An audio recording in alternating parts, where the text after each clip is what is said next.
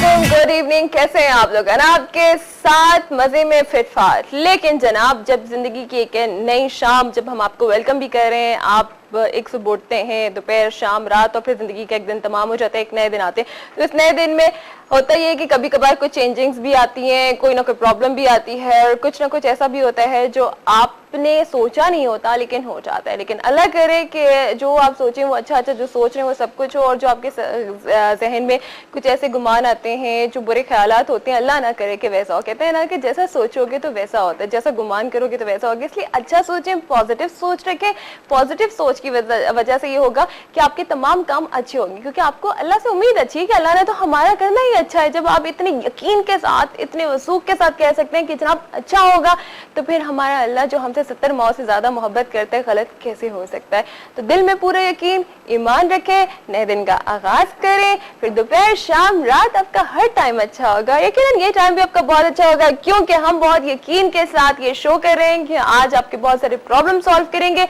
जनाब देखें कि जिंदगी है तो जिंदगी में छोटी मोटी परेशानियां या बीमारियां तो आती हैं। जैसे मेरा गला बहुत ज्यादा खराब है और फ्लू भी हो रहा है, क्योंकि हम बद एहतियाती कर लेते हैं, थोड़ा सा ख्याल नहीं करते, और यही चीज मेरे साथ है तो ऑफकोर्स बच्चों के साथ भी होगी।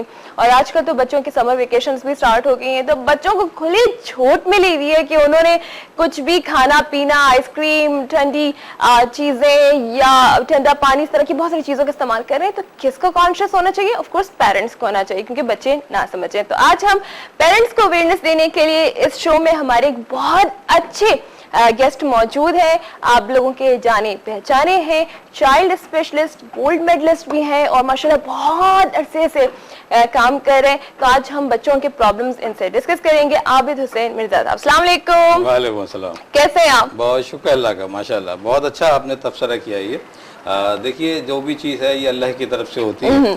और एक छोटी सी ये बात बता दूँ, हर मुसलमान के लिए भी ज़रूरी है कि गलत सोच का भी गुनाह और सवाब का ताल्लुक है। गलत सोच रखकर सिर्फ आपने इरादा किया गलत है, हाँ। तो वो गुनाह में भी शामिल हो जाता है, गुनाह में शामिल हो जाता है। अच्छा, आप सोचना भी गलत नहीं है, आप गलत सोचना भी आपके लिए अच्छा नहीं है। बिल्कुल। अच्छा, अब साथ साथ हमारी डॉक्टर साहब, आज जैसे बच्चों की बीमारी के बारे में बात हो रही है, तो हम अच्छा सोचेंगे हम ठीक हो जाएंगे ना। तो आपसे लोग बात करेंगे, कॉल्स आप कर सकते हैं डॉक्टर साहब से, बच्चों के हवाले से कोई भी सवाल पूछना आप कर सकते हैं। फर्स्ट कॉलर को हम शामिल करेंगे, देखते हैं जी कौन है। अस्सलाम वालेकुम। हेलो हेलो, मेरा गला इतना खराब है, प्लीज आज ना इतना जोर जोर से बुलवाए। आवाज नहीं आ रही। आवाज नहीं आ रही है। चलें जी, ये देखते हैं कि अभी आवाज जितनी देर में हम तक पहुंच रही। कॉल ड्रॉप नहीं करे, ठीक है? हाँ ठीक है। हमारी आवाज, आपकी आवाज बल्कि हमारे तक आनी चाहिए। और फिर उसके बाद डॉक्टर साहब से अब बच्चों के लिए कोई भी आप जो मसला आपको लगता है कि उनकी तबीयत खराब है, गला खराब है, टेम्परेचर हो जाता है, फ्लू हो जाता है, ऐसी कोई भी चीज आप डॉक्टर साहब से मालूम कर सकते हैं। डॉक्टर साहब, अभी आप मुझे शो से पहले बता रहे थे माशाल्लाह माशाल्लाह कि आपको इतना सारा टाइम हो चुका है कि वो बच्चे, उनके अब्बा, वो सब आपके पास ही आते हैं। बिल्कुल बिल्कुल। देखिए, फॉर लास्ट 30 ईयर्स हो गए मुझे। मेरी 82-83 की ग्रेजुएशन थी सिंध मेडिकल कॉलेज से, पहले स्पेशलाइजेशन है। वो 85 में मैं एक हॉस्पिटल का मेडिकल डायरेक्टर हुआ, माशाल्लाह, चिल्ड्रन हॉस्पिटल का। बाद में वो एक्सटेंड कर गया, एक बड़ा मेडिकल सेंटर हुआ। तो अब ये देखें कि वो बच्चे जो उस वक्त के थे, आज माशाल्लाह उनके भी बच्चे हैं, उनके भी बच्चे यानी दादा भी है, बेटा भी है और बेटा भी है। तो हम तो जब बाहर निकलते हैं तो हमें तो जो दादा है वो भी कह रहे, डॉक्टर साहब हमें तो आप ही का बच्चा हो, आप ही के बच्चे। पूरी फैमिली जो है वो उनकी फैमिली डॉक्टर बन जाते हैं। बिल्कुल। अच्छा, डॉक्टर साहब से आज मैं भी सवाल पूछूंगी कि आप जो छुट्टियों की वजह से बच्चों के प्रॉब्लम्स आ रहे हैं, या उनके गले खराब है, या टेम्परेचर फ्लू होता है, इसके बारे में बात करेंगे। साथ साथ आप लोगों के सवाल तो होंगे। अस्सलाम वालेकुम। वालेकुम सलाम, क्या हाल है आपकी? हाँ यार, बस ठीक ठाक हूँ, आप कैसे हो? मैं मरियम बात कर रही हूँ लाहौर से। मरियम, लाहौर से। मरियम, क्या हुआ? आवाज को क्या हुआ है? मेरा भी गला खराब हुआ। मैंने भी यही सवाल करना है, गले के बारे में कुछ बता दें, और मैं अपनी भांजी के बारे में पूछूंगी। बताइए, भांजी का क्या मसला है? वो ना बड़ी समात है, इतनी पतली है, छोटी सी है, 3 साल की अभी।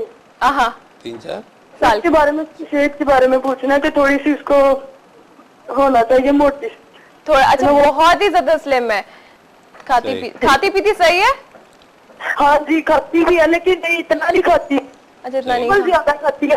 बहुत खाती है। चलो ठीक है मरियम, बिल्कुल अभी पूछ लेते हैं और आपका गला भी ठीक कर देते। ठीक है, थैंक यू। बता दें जरूर, अल्लाह हाफिज जी। डॉक्टर साहब, दो देखिए इनके गले से मुतालिक तो यही है कि देखिए उसके लिए हमें एहतियात करनी होती है। देखिए गले की जितनी भी बीमारियां हैं वो चंद चीजें जैसे सोर थ्रोट हम जिसे कहते हैं, देखिए ना हाइजीनिक कंडीशन में ये काउंट की जाती है। जो भी चीज आप साफ सुथरी खाएंगी और ज्यादा मतलब उसके बॉडी के हिसाब से कर ले। बाद चीजें देखिए ठंडी चीजों को बाद लोग पसंद करते हैं और बाद गर्म चीजों को पसंद करते हैं। ये जरूरी नहीं है कि ठंडे चीजें ही गले को खराब करती हैं। बाद औकात गर्म चीजें, गर्मियों के मौसम में आप ठंडा पानी ना भी पिए तो भी गले खराब होते हैं, और सर्दियों के मौसम में तो आप ठंडा पानी नहीं पीते, फिर नजला तो काम क्यों हो जाता है। तो इसका मतलब ये हुआ कि आपको अपने गले को साफ रखना है। आपको आपके जो है टूथपेस्ट करना है, अपने दांतों को साफ सुथरा करें, गले को साफ सुथरा करें। जो चीजें आप आसपास जो रखी हैं वो साफ सुथरी अगर आप इस्तेमाल करेंगी तो मैं नहीं समझता कि आपका ये गला खराब होगा। जब भी गला खराब, बाकायदा गला खराब होता है तो इनमें जरासीम आ जाते हैं, ये इन्फेक्शन हो जाता है। ये इन्फेक्शन पे फेरेंजाइटिस और टॉन्सिलाइटिस पे आ जाता है, ये जर्म्स के लिए। लेकिन ये सिंपली जो है ये जो गले खराब होते हैं, आप गरारे कर लें, डिस्प्रिन के गरारे कर लें या कोई और नीम गर्म पानी के गरारे कर लें, तो मैं ये समझता हूँ कि ठीक हो जाते हैं। अच्छा, वो जो बच्ची है, बच्ची की सेहत का ताल्लुक दो बातों से। देखिए एक तो जेनेटिक्स होती है, एक एक्वायर्ड होती है। जेनेटिक्स का मतलब ये होता है कि इनके पेरेंट की हेल्थ कैसी है। अगर इनके घर में पेरेंट्स जो है वो इतने ज्यादा हेल्थी नहीं है और इनके और जो बच्चे हैं वो हेल्थी नहीं है, तो इसका मतलब ये हुआ कि 50% चांस यही है कि बच्चे की हेल्थ हो सकता है देर से बने, लेकिन ये चूंकि ये ऐसी चेंजेस होती हैं जेनेटिकली कि उनको हम किसी तरह चेंज नहीं कर सकते। लेकिन अगर हमने देखा कि इनके सारे जो बच्चे दूसरे हैं या इनके पेरेंट की हेल्थ अच्छी है और इस बच्ची की हेल्थ अच्छी नहीं है, तो इसमें दो बातें आ जाती हैं। एक तो है कि बच्ची खेल कूद में ज्यादा हिस्सा लेती है, जिसकी वजह से जो एनर्जी ये जो लॉस कर रही है वो ज्यादा लॉस कर रही है, जो इंटेक ले रही है वो कम कर रही है। तो आपको एनर्जी कैलकुलेट करनी होगी। इनके अकॉर्डिंग टू वेट इनको जो है इनको गजा देनी होगी, इनकी डाइट कंट्रोल करनी होगी। और मैं समझता हूँ एक डाइट चार्ट आप बनाएं, इसका शेड्यूल करें और उस पर अमल करें तो ये यकीनी तौर पर बच्चे हेल्थी हो जाएंगे। अच्छा डॉक्टर साहब, उनके बारे में बताइएगा, क्योंकि माएं बहुत ज्यादा परेशान हो जाती है, उनका बच्चा कुछ खाता नहीं है। अगर वो खा भी रहा है लेकिन उन्हें लग रहा है कि वो नहीं खा रहा और वो इतना ज्यादा हेल्दी भी नहीं है, बट वो एक्टिव है, वो माशाल्लाह एक्टिव है, तो क्या आप मशवरा देंगे कि नहीं आप उनको ज्यादा खिलाएं? क्योंकि माएं कहती है ज्यादा खाएं बच्चे, तो क्या आप मशवरा देंगे उनको? देखिए ज्यादा खाना या ज्यादा ना खाने से हेल्थ का ताल्लुक नहीं है। आपको टाइम टेबल शेड्यूल होना चाहिए। नाश्ते के वक्त नाश्ता हो, लंच के बाद लंच हो और डिनर के बाद डिनर हो, खेलने के बाद खेलना होना चाहिए, चाय के बाद चाय होनी चाहिए। आप बच्चों को शेड्यूल करें, आप बच्चों को अकॉर्डिंगली चलाएंगे तो हर बच्चा अपनी जगह जो फिट होगा। ये बच्चे का मसला इनका ये होता है कि जो बच्चों को खेलने का टाइम है हम अमूमन उनको खाने के टाइम पे बिठा देंगे, और जो बच्चों को खाने का टाइम है वो बच्चे खेलने के लिए जा रहे हैं। तो रिजल्ट ये निकलता है कि बच्चों का स्पेशली जो है रुझान जो होता है, जो टेंडेंसी होती है वो खेल की तरफ ज्यादा होती है, तो बच्चे खालों को अवॉइड करते हैं। अगर आप ऐसा ना करें, अगर टाइम को आप शेड्यूल करें और बच्चों को अपडेट करें, बिल्कुल नॉलेज अपडेट करें कि देखो बेटा ये टाइम तुम्हारे खाने का है और ये चीज होगा, तो यकीनी तौर पर इनकी हेल्थ बेहतर होती है। दूसरे नंबर पे वो चीजें जो बच्चे पसंद करते हैं हमें वो बनानी चाहिए। हम बच्चों की पसंद का ख्याल नहीं रखते, पेरेंट्स का ख्याल रखते। तो ये नहीं होता। आप बच्चे की पसंद पूछेंगे बेटा आप क्या खाना चाह रहे हैं, तो उसमें एक आइटम रखें, देखिए बच्चा वही चीज खा लेगा। सही, अब ये जो बाहर जा रहा है उसको वहाँ मिलेगी, तो आप उनकी पसंद का भी ख्याल रखें। मैं समझता हूँ बच्चा और ये बड़ी अच्छी बात की डॉक्टर साहब, आपने बहुत खूबसूरत बात की, क्योंकि अक्सर ऐसा होता है कि जब बच्चे घर में उनकी मर्जी की चीज नहीं मिली, बाहर जाते हैं कुछ ना कुछ खा लेते हैं, तो इससे अच्छा ये है कि जब वो बाहर जाके खाएं तो आपकी उनके घर में उनकी मर्जी की चीज है, वो बड़ी हाइजेनिक भी होगी और वो बड़ा सफाई सुथराई से बनी होती है। बच्चे बाजू का चिप्स खाते हैं, बच्चे बाजू का बर्गर है जी, आप घर में बना के देखें। जरूरी है कि बाहर के बर्गर आएंगे, बाहर के घर में बर्गर मांगा मिल गया, सैंडविच मांगा है तो मिल गया, तो वो देखें आप कितने जबरदस्त सिस्टम डेवलप होता है बच्चों का। बिल्कुल। अच्छा डॉक्टर साहब, एक और जो चीज जो मैंने बात की थी कि समर वेकेशंस बच्चों की छुट्टियां हैं, तो माओ को जरा कम टाइम मिल रहा है कि वो सुकून वाले नमाज वो कहते बच्चे सारा दिन तंग करते हैं, तो वो कुछ टाइम के लिए बच्चों को कहती हैं कि ठीक है तुम अपनी मर्जी का टाइम गुजारो, उसमें उनकी वो कुछ जो पॉकेट मनी होती है बच्चे उससे वो खर्च भी कर रहे होते हैं, अपनी मर्जी की चीजें ऐसी जो उनके लिए नुकसानदेह हो सकती है, पेरेंट्स इसके ऊपर ज्यादा इसको नोटिस नहीं कर रहे होते। क्या कहेंगे आप उनके लिए? देखिए ये बहुत सेंसिटिव टॉपिक है। अगर देखा जाए तो हमारे यहाँ तो एक रूटीन में लेते हैं कि भाई वो छुट्टियां हुई है बच्चे खेल कूद रहे। अगर देखा जाए तो ये 2 महीने की जो छुट्टियां हैं ये पेरेंट की आजमाइश है। या आप देखें कि अगर आप साल को अगर 12 महीना कैलकुलेट करते हैं तो 10 महीने जो है बच्चे स्कूल जाता है और 2 महीने पेरेंट के पास होता है। सही। हम 10 महीने को इज इक्वल टू 2 मंथ्स में लेके आते हैं। अगर आप चाहते हैं कि वो 10 महीने के बच्चे जो है उस 10 महीनों में एक्टिव रहें, एक रूटीन में चलें और पढ़ाई की तरफ जाएं और एक अच्छी डिसिप्लिन कायम करें, तो उनका जो एथिक्स बनाना है वो इन 2 महीने में बनेगा। सही। समझे ना? उसमें नमाज पढ़ना, खाना पीना का अपना टाइम रखना, उनको मैनर सिखाना, घूमना फिरना है, स्विमिंग है, सब चीजें आप दें उनको। उसमें भी पढ़ाई रखनी है, उसमें भी पढ़ाई का टाइम रखना है आपने। अगर आपने ये 2 महीने के बच्चों को शेड्यूल किया, मैं ये समझता हूँ ये बच्चे आइडियल बच्चे साबित होते हैं। जो चीज आदत बन जाती है तो फिर वो चेंज होती है, बिल्कुल नहीं चेंज होती है। 2 महीने की देखिए मैंने देखा है कि ये बच्चे ज्यादातर रात में देर तक जागेंगे, सुबह देर से उठेंगे। अब जब स्कूल खुलेंगे तो आप इन्हें कैसे उठाएंगे टाइम? उनकी तो इनकी नमाजें भी गई, सुबह की सारे नाश्ते भी गए।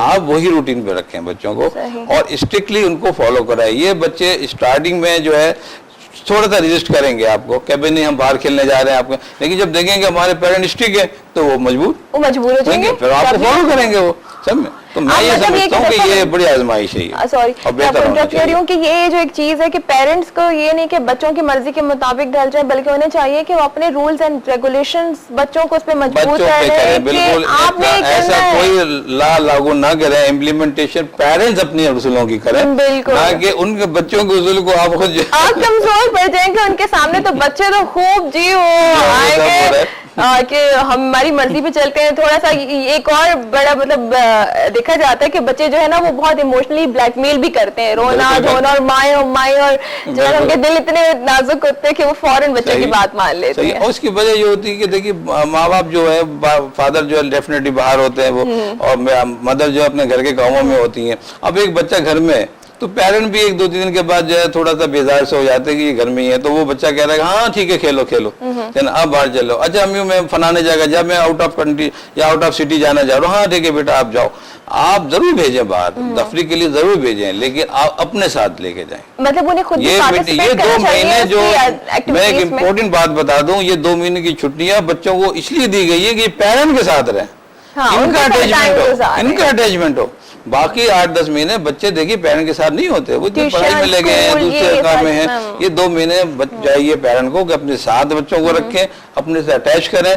मैं ये समझता हूँ ये बच्चों का बेहतरीन कैरेक्टर डेवलप होता है। बिल्कुल सही बात है, क्योंकि अगर बच्चों को बाहर लेके जाना है तो उनसे उसकी सेहत पे भी अच्छा कि आप उनके साथ उस एक्टिविटी में भरपूर तरीके से पार्टिसिपेट करें, अपने साथ रखें। देखिए बच्चे कैसे खुद भी आप खुश होंगे। अच्छा डॉक्टर साहब, इससे वाकई कोई फर्क पड़ता है बच्चों की हेल्थ में भी, कि वो कहते हैं कि जितना बच्चा फ्रेश होता है, एनर्जी फील कर रहा होता है, तो उसकी सेहत पे भी बहुत अच्छा असर पड़ता है। सिर्फ ये है कि ये असर पड़ता है कि उसकी आपस की जो म्यूचुअल अंडरस्टैंडिंग डेवलप होती है, बल्कि ये बच्चा ये सोचता है कि मुझे बाहर जाने की इतनी जरूरत नहीं है, मेरे घर में ही सब कुछ मौजूद है, मेरे पेरेंट ही मेरे दोस्त, मेरे पेरेंट ही मेरे सीनियर है, मेरे पेरेंट ही मेरे जो है सब कुछ है, मेरे एल्डर्स भी है, मेरे साथी भी हैं, और मेरे जो है मुझे हेल्प भी कर रहे हैं, हर तरह से मेरे साथ है।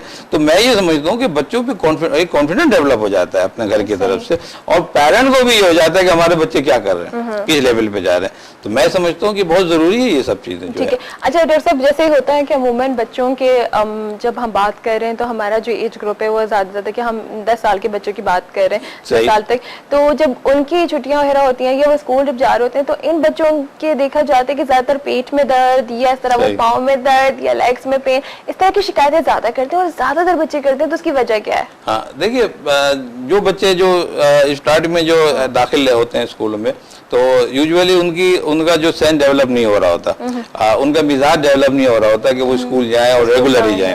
अब उनको बाकी तो कोई चीजें नजर नहीं आती है, उनको ये मालूम है कि अगर हमें कोई तकलीफ होगी तो पेरेंट हमारे सेंसिटिव है ना, और ऐसा कोई एकदम तो एक्सरे या अल्ट्रासाउंड जो है नहीं वो देख लें कि नहीं है तुम्हें दर्द। अगर एक बच्चा हमसे ये कह रहा है कि मुझे पेट में बहुत दर्द है, तो हम तो समझे हाँ वाकई दर्द है, तो वो टाइम उसने गुजार दिया, तो स्कूल का टाइम निकल गया उसका। मेरे पास आते हैं बहुत से बच्चे आते हैं, मेरे क्लिनिक्स पे आते हैं, और वो पेरेंट ये बड़ी खूबसूरत बात जरूर अपने खुद ही कहते हैं वो कि डॉक्टर साहब ये सुबह हुआ था, इसको दर्द हुआ, फिर ये बिल्कुल ठीक हो गया, ये अब दोपहर का जब टाइम हो तो फिर थोड़ा दर्द हो रहा है, तो डॉक्टर साहब ये 2-3 दिन से मुसलसल हो रहा है और बीच में नहीं होता है। अच्छा बच्चे तो पूछे क्या हो गया, हाँ डॉक्टर साहब दर्द तो मुझे बहुत होता है, और देखा तो कुछ भी नहीं है, कुछ भी नहीं है। तो ये बच्चे शरारती भी होते हैं, और बात ये होता है, देखिए जो दर्द है, जो बीमारियां हैं, उनकी कोई स्पेसिफिक टाइम ये नहीं होती, ज्यादातर नाइट में हो गई है, कोई और टाइम में हो गई।